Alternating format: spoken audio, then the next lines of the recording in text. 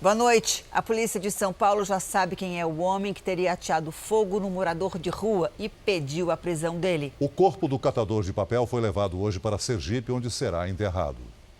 Parentes que estiveram no Instituto Médico Legal pediram um exame de DNA, apesar de terem reconhecido algumas cicatrizes que confirmam a identidade de Carlos da Silva, de 39 anos. Eu queria viver assim, meu pai tentou muitas vezes levar ele ia, voltava, aí a gente não tinha o que fazer. O local onde o catador de papelão foi incendiado amanheceu pichado, com pedido de justiça. O coração do ser humano desse, ver alguém dormindo do nada e lá tacar fogo, que a gente não sabe o porquê, né, o procedimento de tudo isso.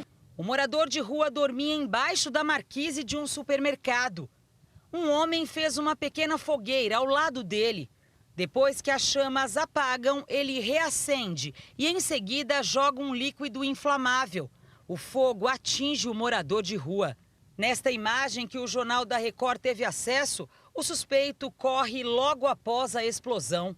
Os policiais já chegaram a um suspeito. Ele também é morador de rua, vivia aqui no bairro e desapareceu logo depois do crime. O homem já foi reconhecido nas imagens por testemunhas. O delegado já pediu a prisão temporária dele por homicídio com dolo eventual, quando se assume o risco de matar. Dados do movimento de população de rua da capital paulista mostram que são mais de 33 mil pessoas vivendo nessas condições. Um aumento de 60% nos últimos 4 anos. Elas acabam ficando mais expostas à violência. A violência entre eles próprios e a violência por motivo de intolerância, de ódio, da não aceitação dessas pessoas nos locais onde eles estão. Veja agora outros destaques do Jornal da Record. Pedidos de aposentadorias pela nova regra estão parados no INSS. Presidente Bolsonaro reafirma que não vai taxar energia solar. Governo estuda gatilho para baratear gasolina.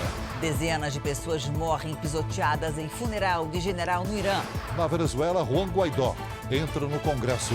E na série especial, os perigos das trilhas de moto no sertão do Ceará.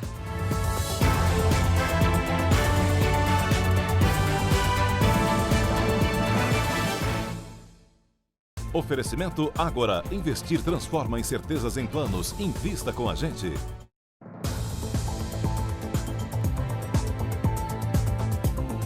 Uma imagem vai ficar marcada na memória de um policial. Ele fez um parto de emergência durante uma operação contra traficantes no Rio de Janeiro.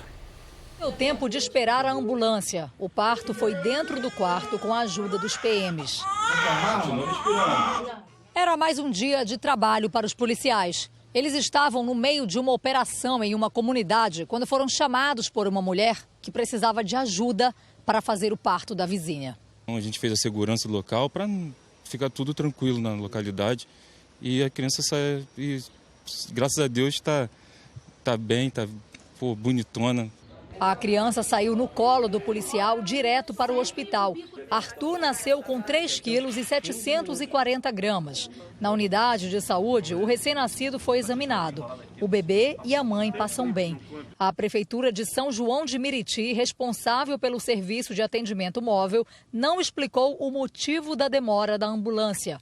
Para o policial que fez o parto, um começo de ano que vai ficar marcado na memória. Tenho 22 anos de polícia e nunca passei por uma experiência emocionante dessa.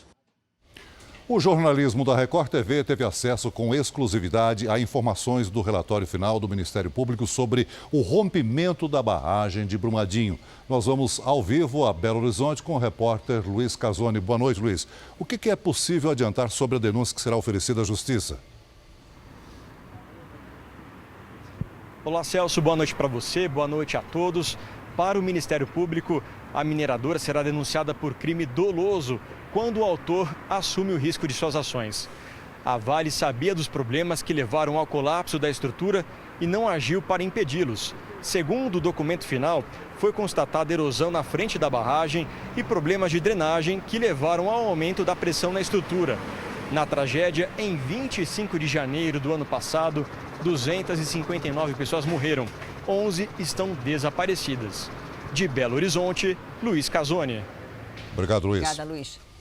Mais de 1 milhão de moradores do Rio de Janeiro estão desconfiados da qualidade da água. A cor está escura, tem mau cheiro e gosto ruim. O que sai da torneira assusta. Para Jussara, é água contaminada que deixou a família doente e obrigou a comerciante a fechar o salão de beleza. Tive diarreia, vômito, dor de cabeça. A gente não sabe o que tem na água, o que está acontecendo. Há uma semana, moradores de 11 bairros do Rio de Janeiro e 3 cidades da Baixada Fluminense enfrentam o mesmo problema. Água escura, sem condições de ser consumida. A gente, para lavar roupa, tem que botar um pano na torneira para parar a sujeira que vem, que fica preto o pano. E quando ela chega transparente, o problema é outro. O cheiro é de vinagre. O cheiro é de vinagre. Pouco mais de 1 milhão de pessoas na cidade do Rio de Janeiro têm medo de beber a água que sai da torneira. A prefeitura já coletou amostras nos bairros mais afetados. O resultado será conhecido amanhã.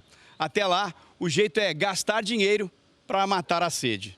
Priscila acumula garrafas e galões de água mineral. Eu tô com medo, porque eu tô comprando água porque eu tenho um filho pequeno e eu não tenho condição de ficar comprando água toda vez. Esse comerciante de Nilópolis não se arrisca a fazer salgados com a água da torneira. Não sabe se é química, se é terra, o que é.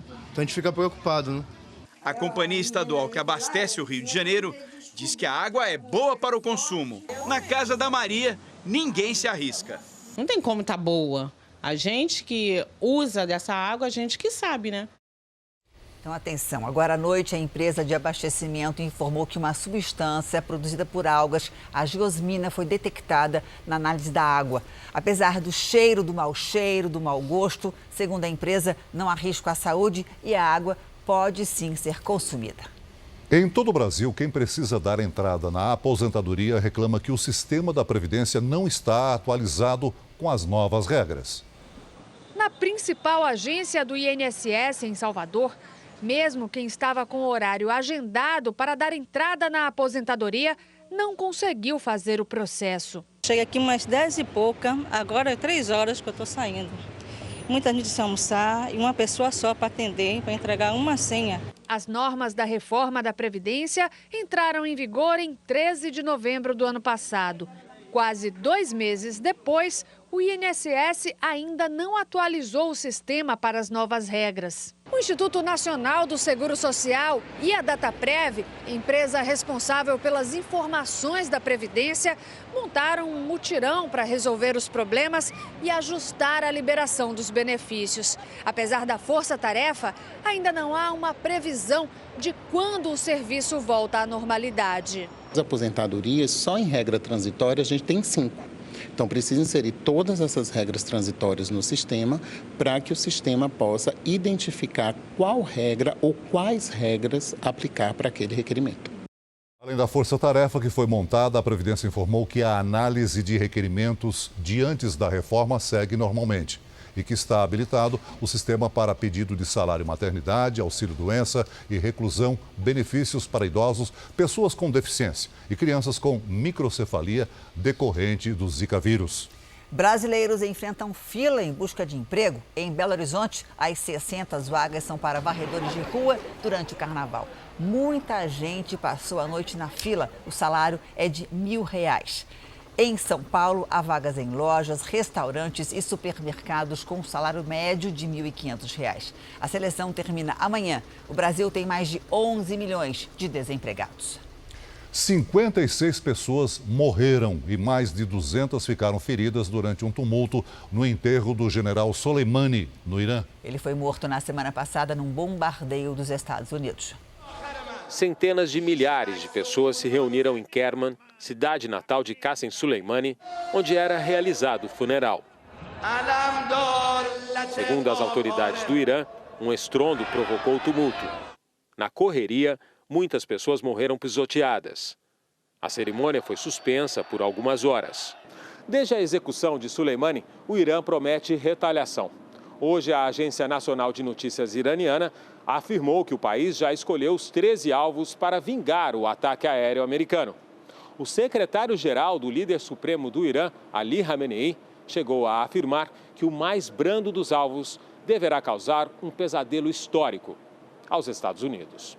Enquanto o funeral era realizado, o parlamento iraniano declarou o Pentágono, o comando militar americano, como grupo terrorista e liberou quase R$1 bilhão para a elite militar do Irã, que era comandada há mais de 20 anos por Soleimani.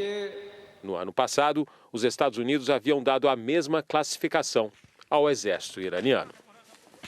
Vamos ao vivo a Nova York com a correspondente Heloísa Vilela. Boa noite, Heloísa. O presidente Donald Trump disse que os soldados americanos não vão deixar o Iraque, pelo menos por enquanto. É verdade, Celso, disse sim. O presidente Trump recebeu hoje um ministro grego na Casa Branca e disse que quer trazer os soldados americanos de volta para casa, mas que essa ainda não é a hora. Hoje, Canadá e Alemanha anunciaram que estão deslocando soldados que hoje estão no Iraque para outros países da região por motivo de segurança. O governo americano voltou a dizer que autorizou a operação que matou o general Qassem Soleimani porque ele estaria planejando ataques aos Estados Unidos. Hoje, o Serviço Secreto conversou com 8 deputados e senadores, republicanos e democratas, a respeito desses planos de ataque, sobre as informações que teria conseguido. Celso, Janine. Obrigado, Heloísa.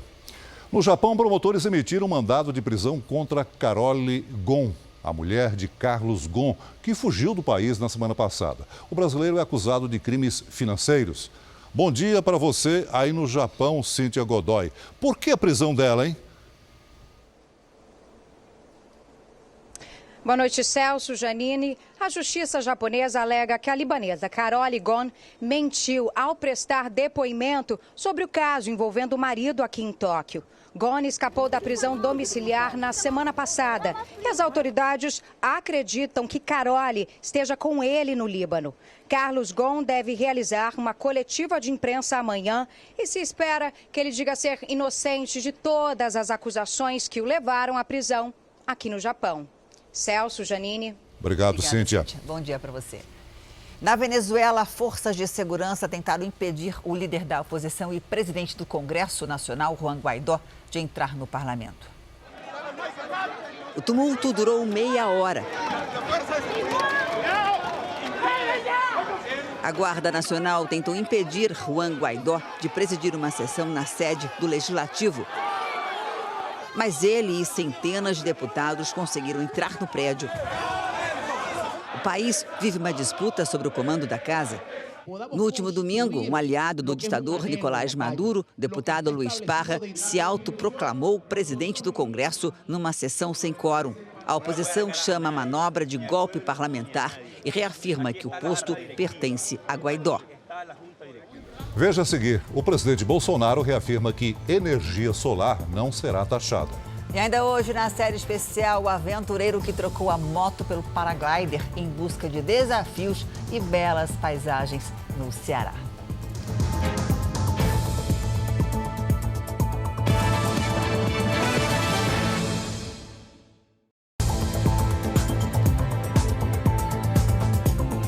O presidente Bolsonaro falou hoje sobre o futuro das relações comerciais entre Brasil e Irã.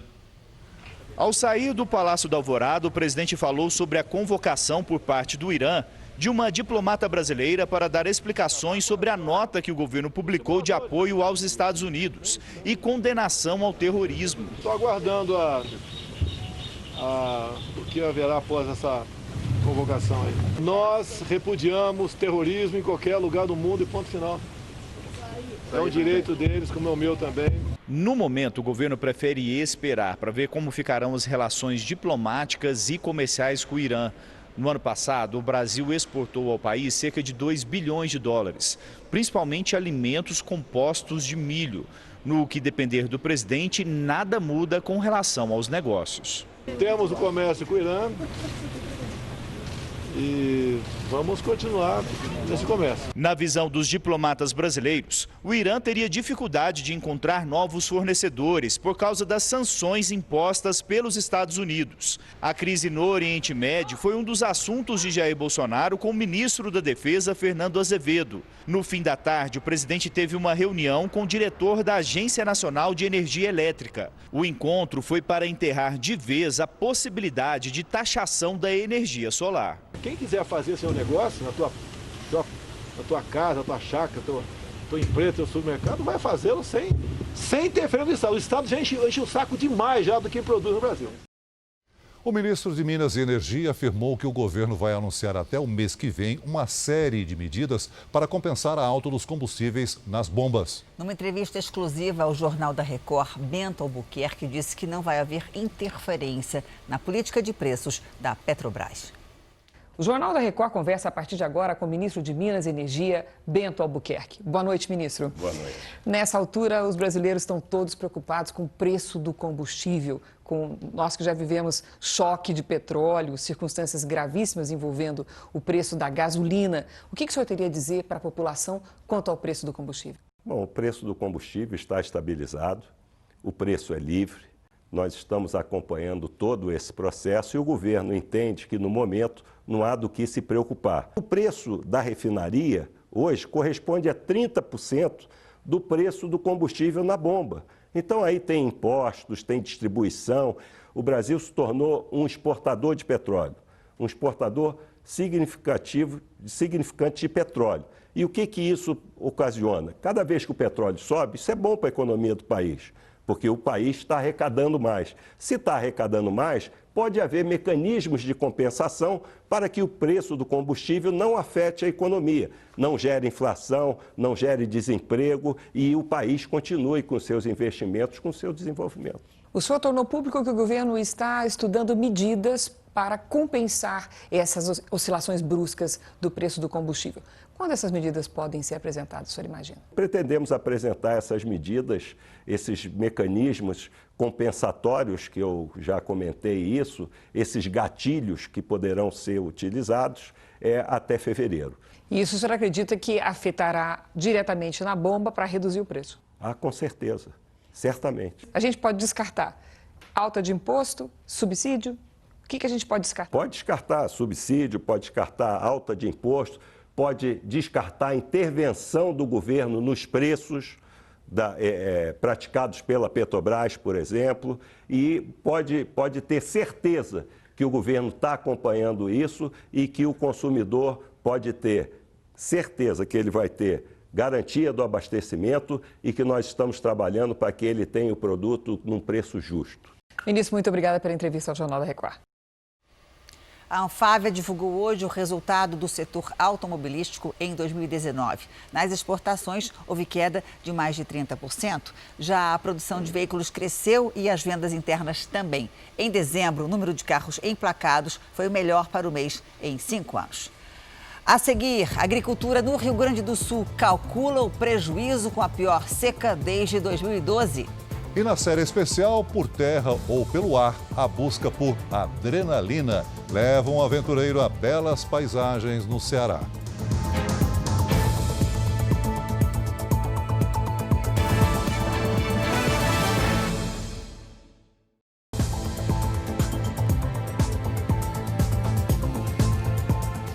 Aumentos de mais de 200% no salário de funcionários em cargos públicos de confiança no Amazonas chamaram a atenção da população. Natália Teodoro tem ao vivo as informações. Boa noite para você, Natália. Oi, boa noite. Olha, esse assunto ganhou repercussão essa semana, depois que a tabela com os valores viralizou nas redes sociais. E os dados batem com os dados do portal da Transparência do Governo do Amazonas. Os aumentos chegam a mais de 200%. O salário de um diretor administrativo, por exemplo, passou de pouco mais de R$9 mil em outubro para R$28.500 agora em dezembro. Bom, em nota, o Governo do Amazonas, que é administrado por Wilson Lima, do PSC, informou que isso é resultado de uma defasagem de mais de uma década e que esse aumento não gera impacto na folha de pagamento, porque é resultado de uma reorganização. De Manaus, Natália Teodoro. Obrigada, Natália. 9 cidades do Rio Grande do Sul estão em situação de emergência por causa da seca. E o prejuízo já começa a aparecer nas lavouras de tabaco e milho. É uma lavoura inteira perdida. O tabaco plantado pela dona Lair sofreu com excesso de chuva em outubro e agora com a escassez. As folhas que não estão queimadas ficaram murchas. A tristeza, né? Tu olha isso aí tudo, né? Tem que Eu só quero passar um trator em cima para descar, para não ver mais isso, né? Para não ver mais na tua frente, né? É perdido 100%, né? Não tem volta. A perda da safra na região do Vale do Rio Pardo pode chegar a 15%. Um levantamento da Emater aponta que 1.700 famílias de agricultores em Venâncio Aires foram atingidas pela estiagem. O prejuízo chega a 42 milhões de reais. E nós temos uma perda no leite, no gado leiteiro, todo o setor de hortigranjeiros. Então a preocupação é grande, isso vai refletir no comércio daqui a 4, 5 meses. E o mais grave é a falta de água para os animais que está faltando. Essa já é a maior estiagem desde 2012 aqui no Rio Grande do Sul. E o cenário para o mês de janeiro não é nada animador. A meteorologia prevê dias com temperaturas próximas dos 40 graus e longos períodos sem chuva. O milho também foi atingido. 1 milhão de toneladas foram perdidas. 30% de tudo o que estava nas lavouras. Em Camaquã, no sul do estado, choveu apenas 10 milímetros em dezembro, quando o normal seria mais de 100.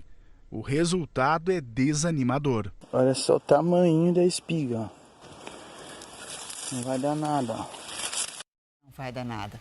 A temperatura bateu recorde deste verão no Rio de Janeiro, média de 37,4 graus. Boa noite para você, Pedro Paulo Filho. Bom, a essa hora de noite eu imagino que o calor já tenha dado uma trégua, né? Olha, a temperatura está mais amena, sim, mas quente o suficiente para atrair os banhistas. Boa noite, Janine, boa noite a todos. Nós estamos no Arpoador, um ponto conhecido pelos banhos noturnos do verão carioca. E foi assim durante todo o dia. Praias lotadas em várias regiões da cidade. Segundo o sistema Alerta Rio, a sensação térmica chegou aos 45,4 graus em 2 estações de medição. Irajá, na Zona Norte, e Santa Cruz, na Zona Oeste. Celso, Janine. Obrigada, Pedro Paulo. Olha só, além do Rio de Janeiro, outras capitais também bateram recorde de calor. Boa noite, Lidiane. Esse calorão vai continuar? Continua, viu? Além do Rio de Janeiro, Florianópolis bateu quase 35. Ai, adoro calor. Boa noite para todo mundo que nos acompanha. Olha, vamos ter um dia tão quente quanto hoje e chuvas fortes em alguns pontos pelo país. Isso porque uma frente fria no sudeste puxa o ar quente para a região. E uma circulação de ventos no oceano provoca temporais à tarde no litoral de São Paulo, do Rio de Janeiro e atenção na região serrana do Rio. Risco para deslizamentos. Em Santa Catarina e no Paraná, pancadas à tarde. Tempo firme mesmo e quente no Rio Grande do Sul. Por lá, a umidade do ar fica abaixo do ideal no interior gaúcho. Redobrem os cuidados com hidratação e proteção solar. No centro-oeste e em grande parte do nordeste, chove rápido. Há risco para trovoadas com granizo em Mato Grosso do Sul e em Goiás. Sol sem nada de chuva apenas no Acre, em Roraima e também de Alagoas até o litoral sul da Bahia. Em Salvador e em Campo Grande, máxima de 32 graus e em Porto Alegre até 35. O nosso Tempo Delivery hoje vai para o Maranhão. Antônio Pimenta, de Presidente Dutra, e o César, de São Bernardo, querem saber como é que fica o tempo lá. Vamos lá, olha, quarta-feira quente com possibilidade de pancadas. 31 graus para o Antônio, 32 para o César e na capital São Luís, máxima de 30 graus. Leon, de Vitória, no Espírito Santo. Leon, tempo abafado com 32 graus e chance de chuva com granizo. Isso se estende até quinta-feira, viu? E o Marcelo Rodrigues quer saber se vai chover amanhã em São Paulo. Eu também quero saber. Vamos lá, olha só. Janine e Marcelo, olha, o sol forte e se preparem para o chuvão à tarde. Amanhã, tarde quente também, com 28 graus. Sol, chuva, combinação do verão. Sempre, né? Sempre. Obrigada, Lidiane. Até amanhã. E a fumaça dos incêndios florestais na Austrália se espalhou e chegou à América Latina. O Brasil é um dos países atingidos. A Organização Meteorológica Mundial emitiu o alerta de que a fumaça chegou ao Chile e à Argentina. E na tarde de hoje, ela também foi detectada em Porto Alegre. Segundo a SOMAR, é possível ver os vestígios da fumaça chegando ao sul do continente. Os incêndios na Austrália já provocaram a morte de 25 pessoas, destruíram centenas de casas e geraram graves prejuízos econômicos. Hoje, um dos voluntários mortos no combate ao fogo foi homenageado pelos bombeiros. A filha dele recebeu uma medalha do comissário.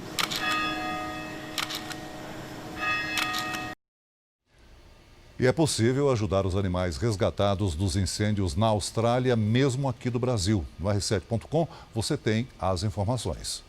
Em Marília, após 27 dias, uma cadelinha desaparecida foi resgatada de um barranco. 7 bombeiros trabalharam por mais de 4 horas para retirar Sasha do local de difícil acesso. O estado de saúde da cachorrinha é bom. A dona de Sasha chorou muito e os bombeiros foram recebidos como heróis. Um executivo do Facebook, que apoiou a campanha eleitoral de Hillary Clinton há 4 anos, disse que a plataforma pode ter sido responsável pela eleição do presidente Donald Trump. Segundo um memorando escrito pelo vice-presidente do Facebook, Andrew Bosworth, o uso das ferramentas de publicidade foi responsável pela vitória de Trump. Ele afirmou que a campanha digital de Trump fez um trabalho inacreditável de tão eficiente sem o uso de dados falsos e que o resultado pode se repetir. A segunda reportagem da série especial pegou carona com Estevão. Ele é funcionário público e, nas horas vagas, é um caçador de adrenalina. Estevão também é craque no motocross e topou um desafio: encarar pela primeira vez um voo de paraglider nas serras do Ceará.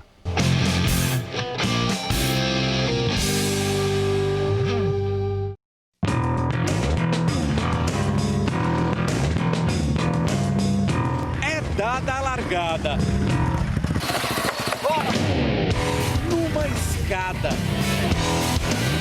De cara, eles mergulham num rio.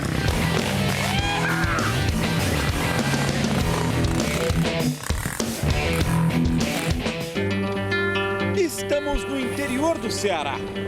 Serra de Uruburetama. Viajamos com o funcionário público Estevão. Ele é viciado em adrenalina, na caçamba da caminhonete, a amiga quase inseparável.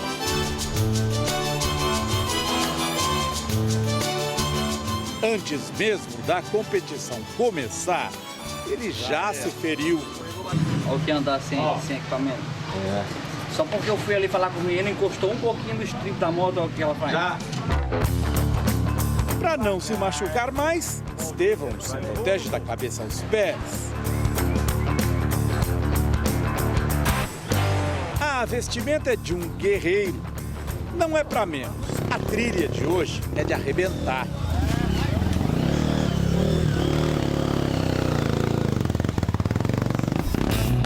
Mais tarde, Estevão nos levou até o ponto-chave da trilha. É meio machista. Quem tem coragem pega o caminho do galo. Aqui a gente chama galo. Eles têm que vir subir essas pedras. Ah, rapaz, e quem é as galinhas? Galinha é os que não tem coragem de subir. Então peraí. Estevão, confessa, você foi galo ou foi galinha? Foi galinha. Foi galinha.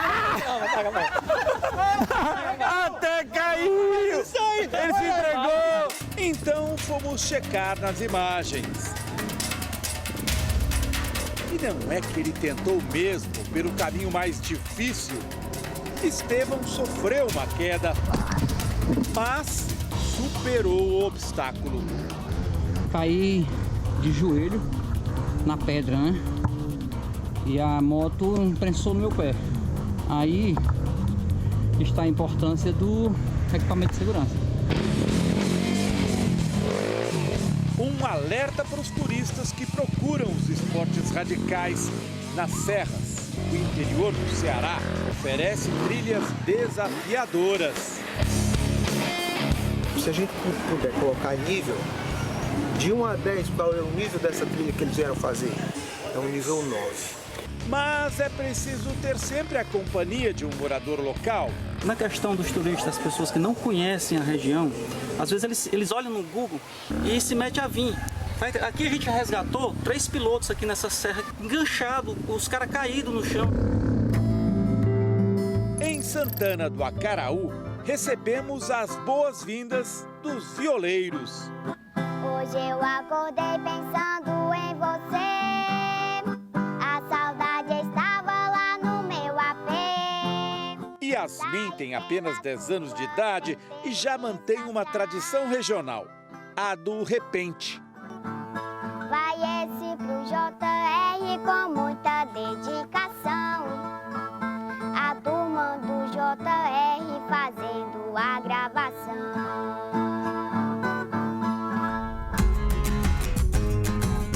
Seguimos daqui para a segunda parte da aventura com Estevão, destino à Serra da Ibiapaba.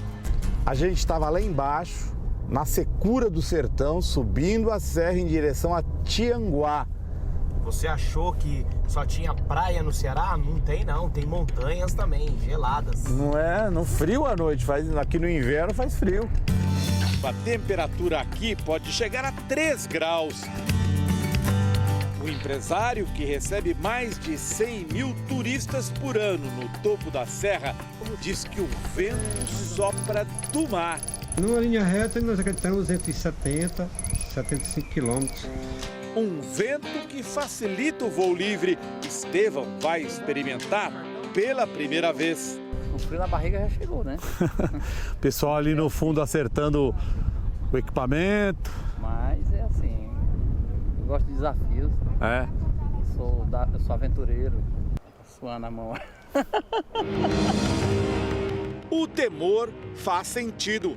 Os acidentes com paragliders são raríssimos, mas acontecem. Há 2 anos, um veterano do esporte foi pego de surpresa em pleno voo e despencou de 300 metros de altura, no Ceará. O turista sempre deve checar a experiência da equipe de voo e a qualidade do equipamento utilizado. Estevão fez o dever de casa e agora encara o desafio.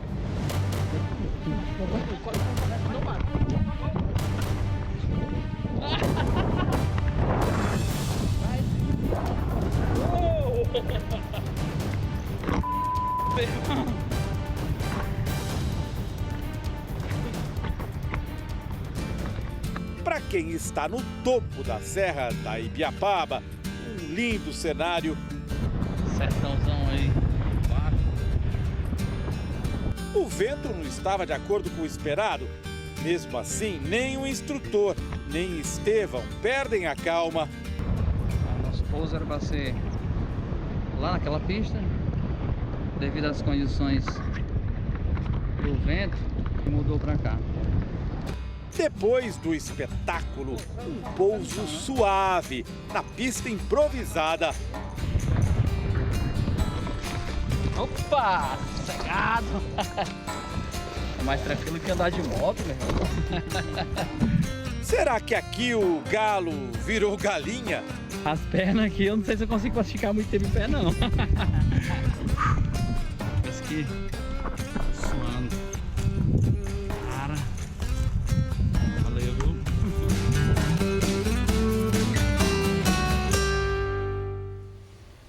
E hoje tem vídeo exclusivo nas nossas redes sociais. A estrela é Goda, uma pitbull que adora kitesurf e que você viu ontem aqui no Jornal da Record. O Jornal da Record termina aqui. A edição de hoje na íntegra e também a nossa versão em podcast estão no Play Plus e em todas as nossas plataformas digitais. E à 00:30 tem mais Jornal da Record. Fica agora com a novela Amor Sem Igual. Boa noite para você. E a gente se vê amanhã. Boa noite e até amanhã.